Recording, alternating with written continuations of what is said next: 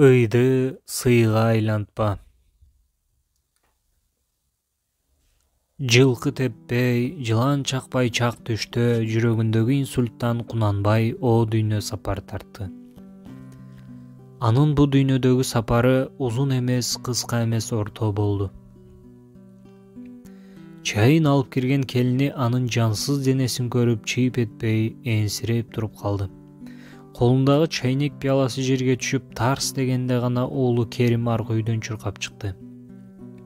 Жайчылык эле болду экен деп чуркап кирген Керим үйдүн чак ортосунда сулап жаткан атасынын сөөгүн көрүп, баса жыгылып, кан тамырын мурдуна колун коюп, дем алган дем албаганын текшерип, энсиреп, ден дароо болуп, же ыйлаарын, же кыйкыраарын билбей муюду.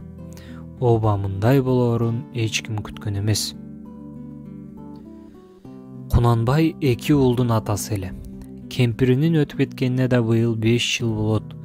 Баскан турганда мен өтсөм жакшы көмгүлө, келгендердин назары сууп кетпесин деп балдарын кыжалат кылса, неберелери таң калып, мен өтсөм деген эмне?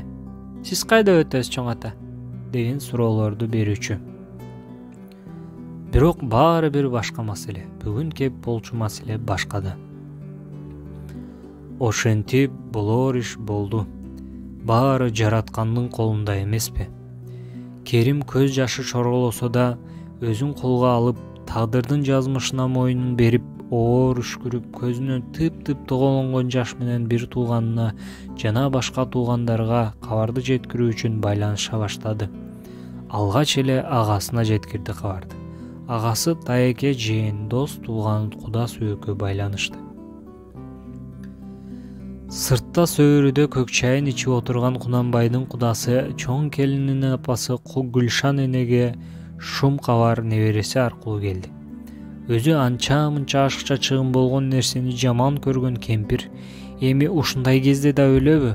Бир аз туруп турса болмок, акча да жок, деп сүйлөнүп коюп өзүнчө Куран окуп койду. Баласын өзүнө чакырып, сандыкта кичинекей 100 арчыда оролгон пенсиясынан 4000 сом чыгарып баласына берип, дагы 2-3 миң сом бирөө жарымдан таап базардан бир кой ала келем, тиги Шангүлдүн кайнатасы өтүптүр деп кеңеш салды. Эртең кечинде жерге беришет экен, деп колундагы чайын койду да ордунан туруп кетти.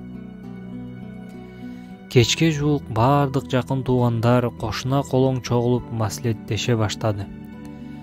Агасы өзү иштеп топтогон акчасын ортого салды. Кунанбайдын да сандыгынан азыраак катканы бар экен, аны да алып чыгышты. Туугандар да кошумча кылышты. Сырттан караган адамга бу бирөө өтүп кайгырган эмес, кантип маарекени өткөрүүгө кыжаалат тартып турган адамдарда эле көрүндү. Эми кантсин балдары, атанын керээзи эмеспи? Канчалык жан дүйнө эзилип, асман жер астын үстүн болуп, опол тоодой болгон тирегинен айрылып, кабыргасы кашайса да, анда мында келген ошо Кунанбай өзү бир кезде сынап, сыйлап жүргөн дос душман келет, аларга татыктуу сый көрсөтүп коюуну салткан эмес, ал балдарына парыз да кылып кеткен. Эртеси күнү элдер бириндеп келе баштады. Кунанбай көзү тирүүсүндө аябай баары менен тил табыша билген адамгерчиликтүү, бир канча жерде ар кандай кызматтарда иштеген ишмер, жөнөкөй адам эле. Аны сыйлагандар да, сындагандар да толтура. Үйдүн тегерегин унаалар каптап, келген кеткенин аягы суюлбайт. Үйдөн чыккан ый, жоктогон үндөр токтобойт. Керим менен Кубанга көңүл айтып, бооруна кыскандар көп. Түшкө чейин келген куда сөөк, дос жар, тууган туушканга да бир кунаажын, кийинчерээк дагы 2 кой союлду. 2 казанда шорпо кайнап турат. Дасторкон колдон келишинче жасалган. Келин кыздар, неберелер кызматта.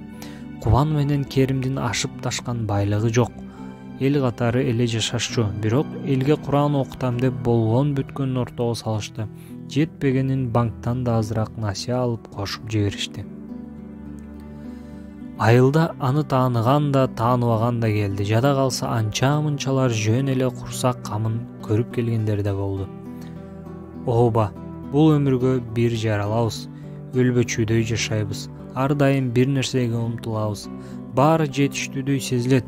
баары бир тынчы ала албайбыз. Кээде жаман ой каптаганда ошол биз издеген нерсе өлүмбү деп да ойлоп кетем.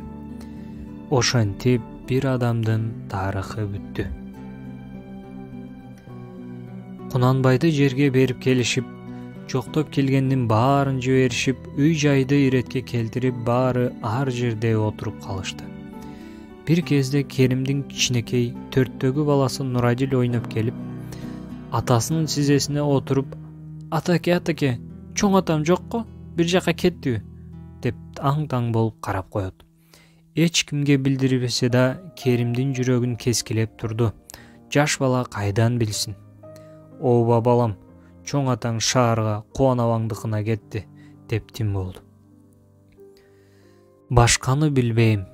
Бирок кечке жуук үйгө жетип, келинине ысык чайдан койдуруп, дасторкондун четинде чай ичип отурган Кубандын аялы Шангүлдүн апасы Гүлшан энеге булардын сыйы жаккан жок. «Баарысы өзү менен өзү, келкет деген эч ким жок. Бизге жасаган дасторконучу? Кайра орогон матааларым бу. Тирүү көзүндө эч кимге сөз бербеген неме эле? Бир жылкы соя алышпап турго жада калса, бу кандай балдар?» деп күңгүрөнүп отурду. Эми албетте кимдин оюн оозун тыясың, эл оозунда элек жок дейт эмеспи? Бирок мындай болоорун билсе кам көрүшпөйт беле, же тирүүсүндө кам көргөндөй ким эле жакын адамынын өлүмүн тилесин? Абу Гүлшан эне сынаардан мурун өзү ала барган койдун жарым акчасын карызга алган кайда катасың? Булар болгон бир чоң мааракени өткөрүшпөдүбү? Бышкан ашты ишчи көп, бүткөн ишке сынчы көп дегендей, сынаар киши ар заманда табылган. Бирок ушундай ашыкча чыгымдын кереги бар беле деген суроо дагы деле ынандырарлык жооп таба элек. Жазган жана окуган Өмүрбек Казакбаев.